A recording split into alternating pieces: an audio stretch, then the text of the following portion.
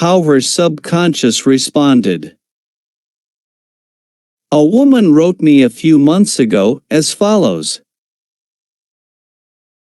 I am 75 years old.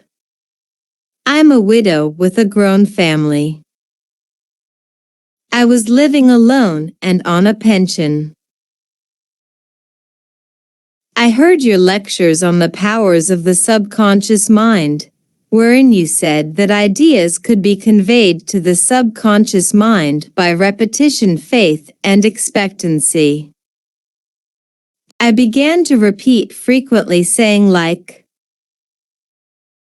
I am happily married to a kind, loving, and spiritual-minded man. I am secure.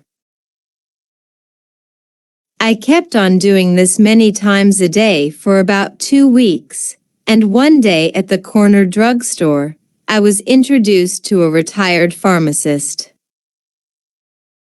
I found him to be kind, understanding, and very religious. He was a perfect answer to my prayer. Within a week he proposed to me, and now we are on our honeymoon in Europe. I know that the intelligence within my subconscious mind brought both of us together in divine order. This woman discovered that the treasure house was within her. Her prayer was felt as true in her heart, and her affirmation sank down by osmosis into her subconscious mind, which is the creative medium.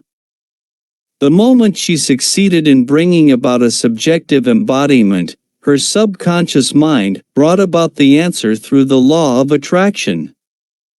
Her deeper mind, full of wisdom and intelligence, brought both of them together in divine order.